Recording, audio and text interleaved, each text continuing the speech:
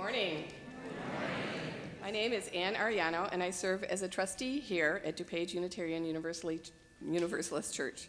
We want to welcome everyone to our open and inclusive community. As Unitarian Universalists, we hold that there are many spiritual paths to truth and meaning, and we support one another as we explore these paths. First-time and returning visitors, it is our custom to invite you to stand and give your name and where you are from, if you feel comfortable doing so. Are there any visitors who would like to introduce themselves today? Hello, I'm from TUCC, which is Tacoma Unitarian Universalist Congregation in Tacoma, Washington. And that mountain here should be called Mount Tacoma, because that's what the Native Americans call it. Welcome.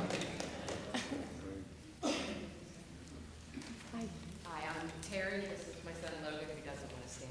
We're here. We live in Naperville. So. Oh, wonderful. Welcome.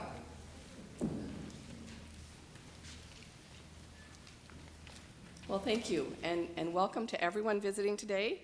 Please join us after the service for coffee hour. I think it's still lemonade hour. We would love to have a chance to get to know you better. I will be there along with many of our members. In addition, our minister, Reverend Mike, our Director of Religious Education, Steve Cooper, and our Congregational Life Coordinator, Mary Law, are present and will be happy to meet with you. Our service can be heard outside the glass doors at the back of the sanctuary, should anyone feel the need to step out for any reason. As we begin our service, please silence all electronic devices, and thank you for joining us this morning. We have one more announcement. Help wanted. Our church is our best when we do church together. The Board of Trustees is seeking fun, creative, and motivated individuals for key roles. If not now, when? If not you, who? Please see Karen Peck in Creeves Hall after the service. Is Karen here? There you are. And together, let's live our principles and have some fun. Thank you. Good morning.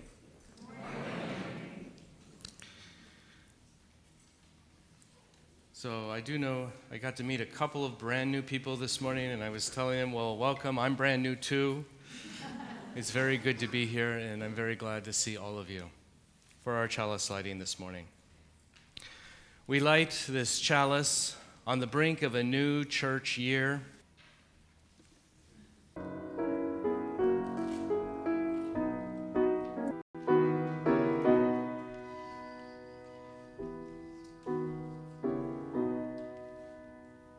Across our mirrors that reflect each other's faces, our hearts open to receive the care of others here, and our minds experience the whispered word. This word is about our experience of the Spirit of life, in which we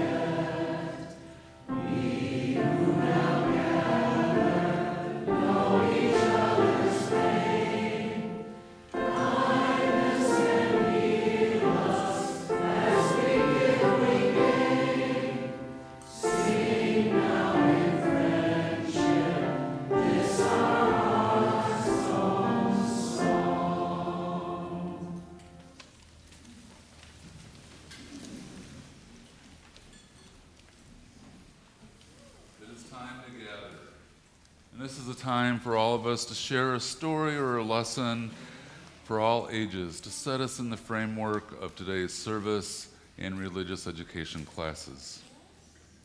I would like to invite all the young people to come forward, children and youth. Join Reverend Mike and myself. And I'm very glad to meet all of you. I'm going to be the minister here at this church for the next 2 years. And, the church is undergoing this process to find the minister that will be here for the long term. But I'm going to be here in the interim. And it's going to take me a little while to get to know all of your names. But for now, I'd like to ask each one of you to introduce yourselves.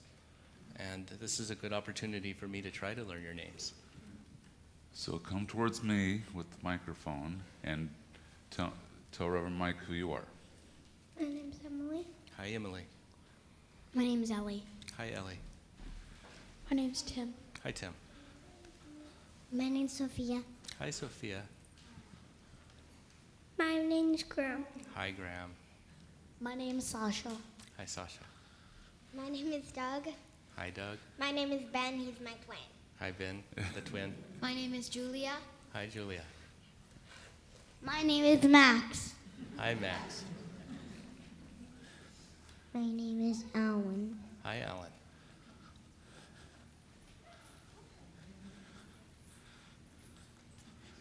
Can you tell us your name? This is Gil. Hi, Gil. Thank you for introducing yourselves. I'm looking forward to getting to know you all. For now, Steve and I have a poem that we want to share with you. The poem is by Mim Fox and is named Whoever You Are. Little one, whoever you are, wherever you are, There are little ones just like you all around the world. their skin may be different from yours, and their homes may be different from yours, Their schools may be different from yours. and their lands may be different from yours. Their lives may be different than yours. And their words may be very different from yours, like you. Their hurts are like yours, and they cry like you too, whoever they are, wherever they are, all over the world.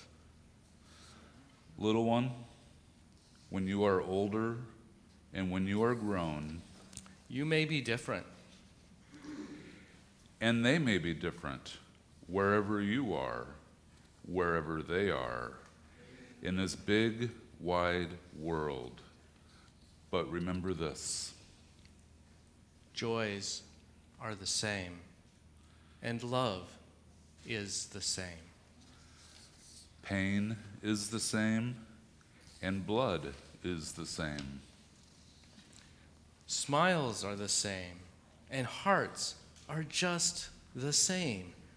Wherever they are, wherever you are, wherever we are. All over this world.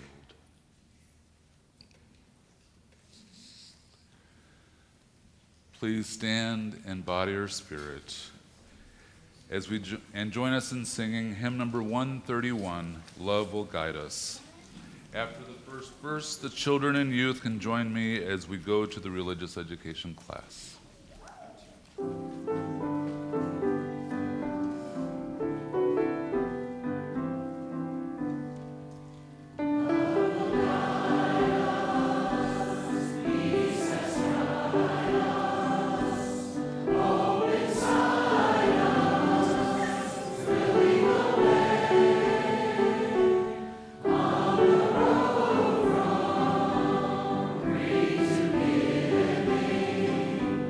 Love will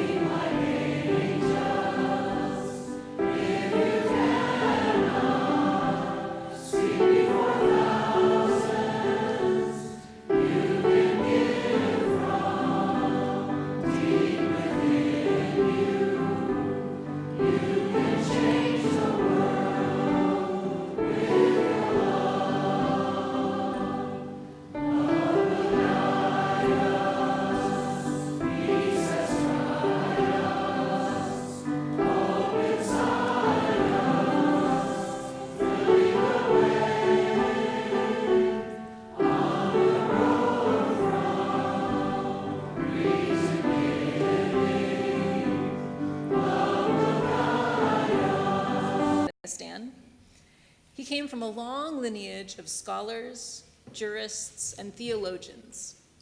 When he was 37, he met Shams of Tabriz, and with Shams he discovered what he called the inner friend, the soul, the beloved, a constant reminder of God's presence.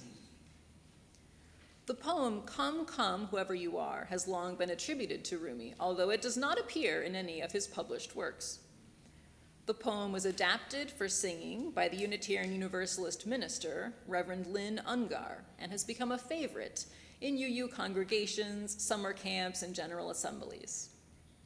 We're going to sing it today. And here is why it is so beloved.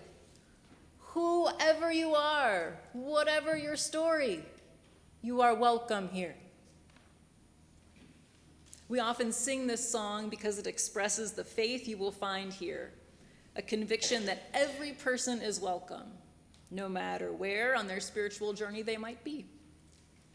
As a global spiritual community, we know that what is sacred cannot be contained by walls or words. We are communities of meaning, Christian and atheist, Buddhist and Jewish, Muslim and Hindu and agnostic. We are spiritual but not religious. We are faithful members of religious congregations. And we are people who only cross the threshold of the sanctuary for weddings and funerals. We are all of these things. We come here with diverse identities from many cultures, genders, races, sexual orientations, faith perspectives, affiliations, identities, ages, and abilities.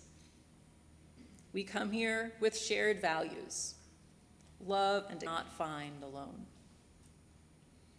And so, whoever you are, whatever your story, we bid you welcome.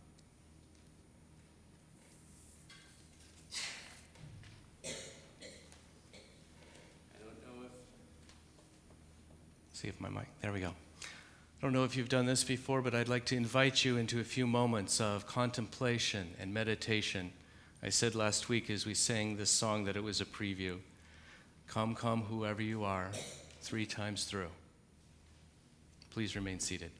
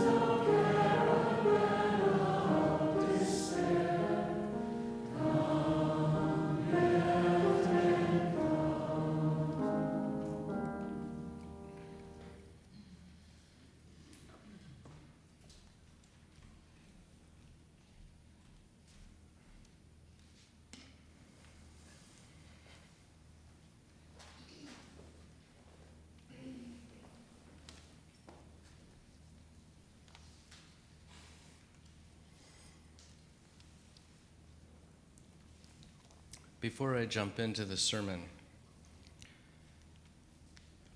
it's really lovely to be here. I have been getting to know a great many of the congregation's leaders in recent weeks and starting to get to know everybody. I wanted to just give a shout out. I realized that the last minister here left 7 months ago. And so a lot of the work of the church that might have been done by the minister got picked up by a great many of the church members. I'm aware of that, and I'm grateful for you all, and I think you did a wonderful job.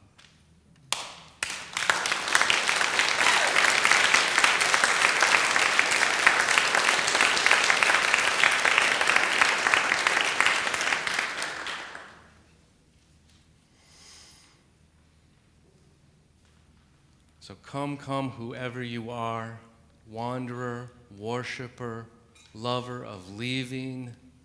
Ours is no caravan of despair. Come, yet again come. As Kat shared with you a moment ago, these words are attributed to Jalaluddin Balkhi, more commonly known as Rumi, and the music was written by one of my colleagues, Lynn Unger. And I was reminded of these words of intention, these words of welcome and affirmation, when I considered all of the transitions that all of you and I have undergone recently. Not long ago, many of you said farewell to someone who used to be here, namely my predecessor in ministry. And you have also greeted others who have recently arrived, including newcomers sitting among you, as well as my partner Glenn and I. Thank you all for that welcome. Today, I will delve into some current affairs in our world, but first, I'd like to share some of my goals and aspirations for my time with you at DuPage UU Church. My first order of business for the next couple of months is to really get to know you all. This is a chance for you and I to connect, and also a chance for many of you to, at this time of year, to connect with new friends who have joined us and to reconnect with old friends who you might not have seen all summer. In the coming weeks and months, and probably even all year, this will be a time for me to learn the ways of this congregation. Each church is different, and I look forward to finding my way around in this community. My work also includes exploring ways that the congregation presents its message of hope to the surrounding community, and perhaps suggest ways to improve the effectiveness of these efforts. This is more than public relations. It's a matter of setting an intention of hospitality and extending our welcome to all those who so desperately need an open-minded and caring community such as this one. We don't sing, "Come, come, whoever you are," for nothing. While Rumi was a Sufi Muslim mystic, his words have come to be a symbol of a core value I have found throughout the UU world, that we choose to be intentionally and openly welcoming. Though someone may be a wanderer and only grace our sanctuary on occasion, they still walk with us for a time as a worshiper. Though one is a lover of leaving, so may it be that we will again and again welcome them here, welcome them home. Just as we welcome each other and we leave the door open for someone new to come among us. This has been my experience here so far, just as I would expect in any UU congregation. Speaking to this same intention, one UU, Edward Shemp, observed, Unitarian Universalism is faith in people, hope for tomorrow's child, confidence in a continuity that spans all times. It looks not to a perfect heaven, but toward a good earth. It is respectful of the past, but not limited to it. It is trust in growing and conspiracy with change. It is spiritual responsibility for a moral tomorrow. Keeping with our monthly theme of intention, let's set this intention as we travel together on our spiritual journey, in which we have learned that our spiritual community, our congregation, is no caravan of despair. Though we try not to look at the world through rose-colored glasses, we are a people whose saving message is one of hope. We can do this. We can be welcoming and compassionate to the stranger and not lose anything of ourselves in the process. Perhaps it would be easy to fall into a state of despair as we hear what's happening in the world, as we see, for example, white supremacists walking boldly and bravely or angrily down our American streets. Bravely was the wrong word. These are people who believe that they lose something when others gain. For example, some apparently believe that whites lose their inherent privilege when people of color are accorded the same rights and privileges. Some working people fear that they will lose jobs to immigrants. Some men fear they lose their dominance in the face of feminism and equal rights, equal pay, and so on. Yes, it could be very easy to despair when watching the news or after having heard the latest reprehensible utterance or tweet to come from Washington. I have to say, though, that I find some of the conservative worldview puzzling. Even though I was raised in it, I still find it puzzling when I contemplate the Christianity that so many conservatives espouse. One of the teachings from our Christian heritage that we still carry with us, even in our post-Christian form of Unitarian Universalism, is to love our neighbors, to treat those around us with care and compassion, and to act as agents for this love, causing other people and institutions to also treat our neighbors with care and compassion. This teaching may also cause one to ponder, who is my neighbor? Do I get to choose them? Usually no. Do I need to respect them even if they block my driveway or listen to the TV at too high a volume? Perhaps it is a spiritual practice to let go of the little irritations our neighbors may cause and find ways to love them anyway. That is the part that seems absent from the current discourse, and I believe it is our responsibility as good citizens and believers in equity and compassion in human relations that we share that belief loudly and widely. It is when we are faced with divisions in society that being a caring community, one that opens the doors wide and lets in all manners of seekers and journeyers, is ever so important. Margaret Mead is thought to have once said, and I'm sure you've heard this before, never doubt that a small group of thoughtful, committed citizens can change the world. Indeed, it's the only thing that ever has.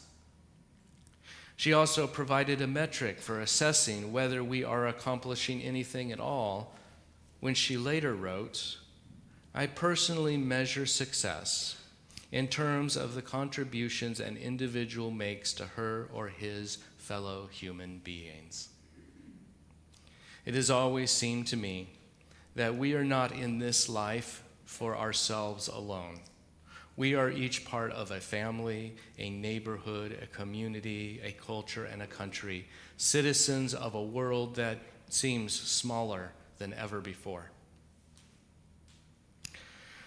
Perhaps you share my view, or perhaps you don't, but perhaps you share my view about a closed-minded, prejudiced, and privileged mindset that seems to dominate in the halls of power.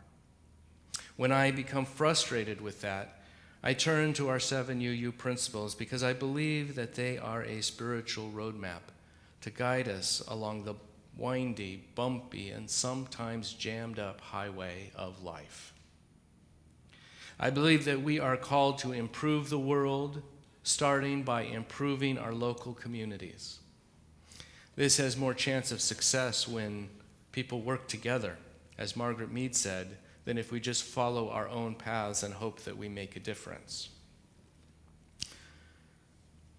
Let's also bear in mind that our neighbors may come from further away than right next door. As the Statue of Liberty symbolizes, immigration and refugee policies comprise a moral and spiritual issues, not just a political one. Our nation, and many nations in fact, have struggled with whether to welcome newcomers. In this case, newcomers refers to immigrants and refugees. Poets so often can say what we cannot otherwise put to words, just as Rumi has done over the many centuries that his writings have provided inspiration, and also as Emma Lazarus has done in her poem inscribed at the base of Lady Liberty. When the Statue of Liberty says to the world, "Give me your tired, your poor, your huddled masses yearning to breathe free," there are people in our country, we see them on the news, who scream, "Go home, foreigners," or worse. It is not only at church that I remember the words we so often sing, "Come, come, whoever you are." Like many of you, I'm sure, I live my spiritual path when I'm out in the world. And I think of how we welcome the stranger and how we greet our neighbor when I watch spectacles on TV such as dominated the news for some time now. This causes me to lift up Rumi's words, "Ours is no caravan of despair," as more of a prayer and an aspiration. By actively loving our neighbor, we come to recognize this as a moral issue, whether or not we think it affects our personal lives. Do the fleeing refugees of war-torn places, and to be honest, many of those places are torn up because of what our nation did there, do those refugees deserve respect, support, and a chance to live their lives in relative safety?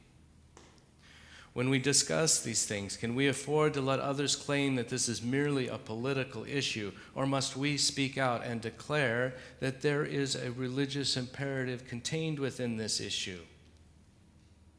One of the major stressors in our nation right now is a tension between immigration and jobs. Everyone, regardless of citizenship, has a basic human right to live somewhere in which they are free from harm and have opportunities that allow them to provide for themselves and their families. These are basic human rights, not just American privileges. Another stressor is a pervading fear of the other. And if one makes a self-centered assumption that self is white and male, then the category of other is quite broad. This is playing out in how people of color are treated, how Muslims and Jews are treated, how women are treated. It seems obvious that these issues require a collective work to make a difference. Alone, we are each too little to create the change we want to see in the world, to borrow some words from Gandhi. So collective action is needed.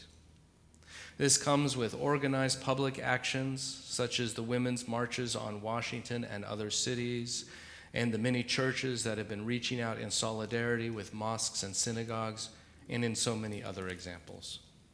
I think this is the crux of UUism, what our principles are guiding us towards. We can each search for our own truth, but we work together to promote peace, freedom, and hope, building a global community, one church, one town, one state, one country at a time.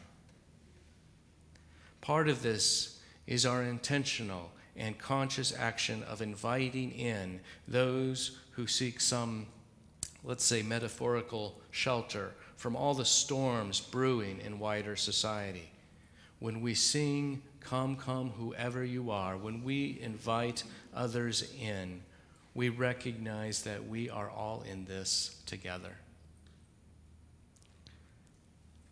I'm going to close today with another version of the words attributed to Rumi as reimagined by my colleague, the Reverend Leslie Takahashi.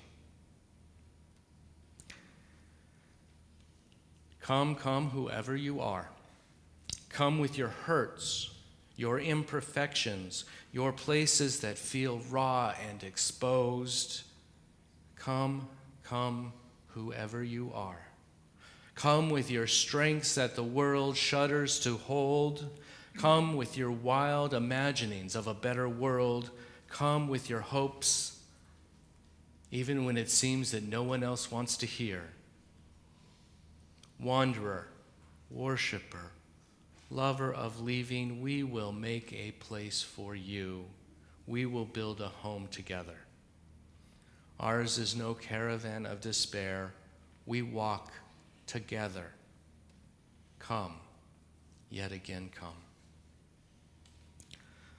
Let that be our most solemn intention for this week and every week. And let us come here again next week as a community of longtime members and newcomers alike. May it ever be so, and blessed be you all.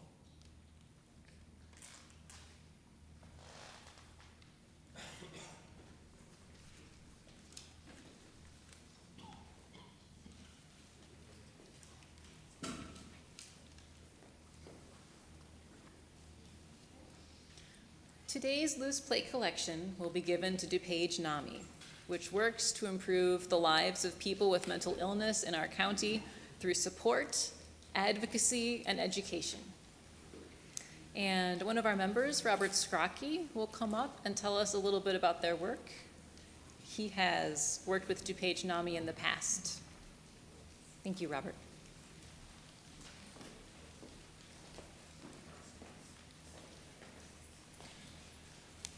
Good morning. This is really close to my heart to talk about DuPage NAMI.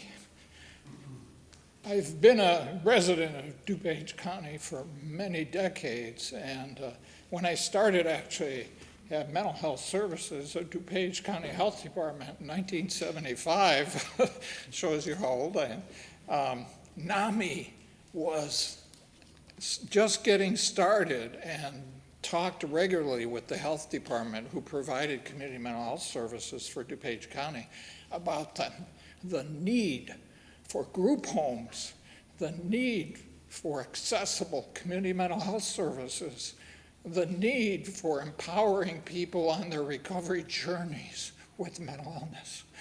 And ever since then, they've been growing and strengthening the services and the advocacy for better legislative help for community mental health services here in the county. We have a local NAMI chapter that this special collection is for. It's called NAMI DuPage. Many of us have nominated NAMI DuPage for this special collection, and many of us have benefited from the NAMI programs like Family to Family and the peer support groups and the living room program where people can drop in when they feel alone and isolated. And we've had speakers here from In Our Own Voice to tell us what the journey of recovery with mental illness is all about and to reduce the stigma. And they help to coordinate mental health first aid and youth mental health first aid. I just can't say enough about NAMI DuPage. And unfortunately, they get no government funding. They have to depend totally on donations for doing the great program they do. So I ask you to be generous. Thank you.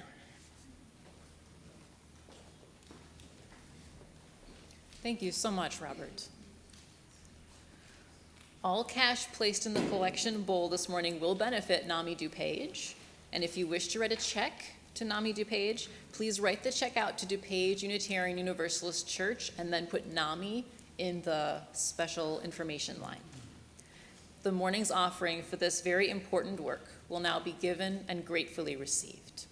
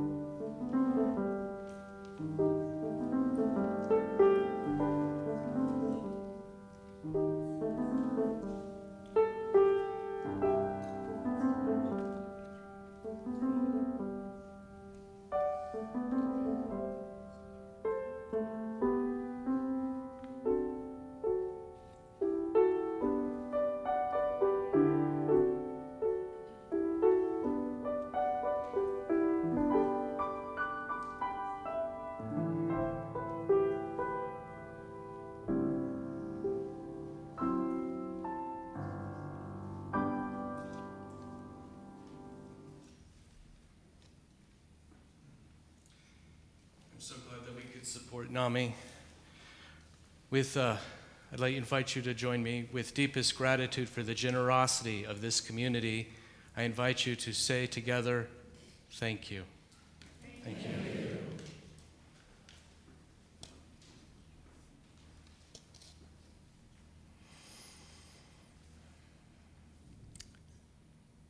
These words are from Eric Walker Wickstrom, no relation to me. The purpose of this community is to help its people grow, he says. If you are who you were, and if the person next to you is who he or she was, if none of us has changed since the day we came here, we have failed. The purpose of this community, of any church, temple, zendo, or mosque, is to help its people grow.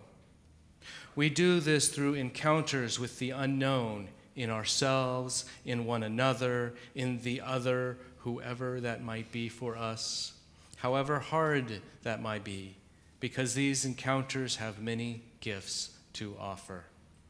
So may you go forth from here this morning, not who you were, but who you could be. So may we all. Our closing hymn is number 346 in the gray hymnal, Come Sing a Song with Me. Please rise in body or in spirit.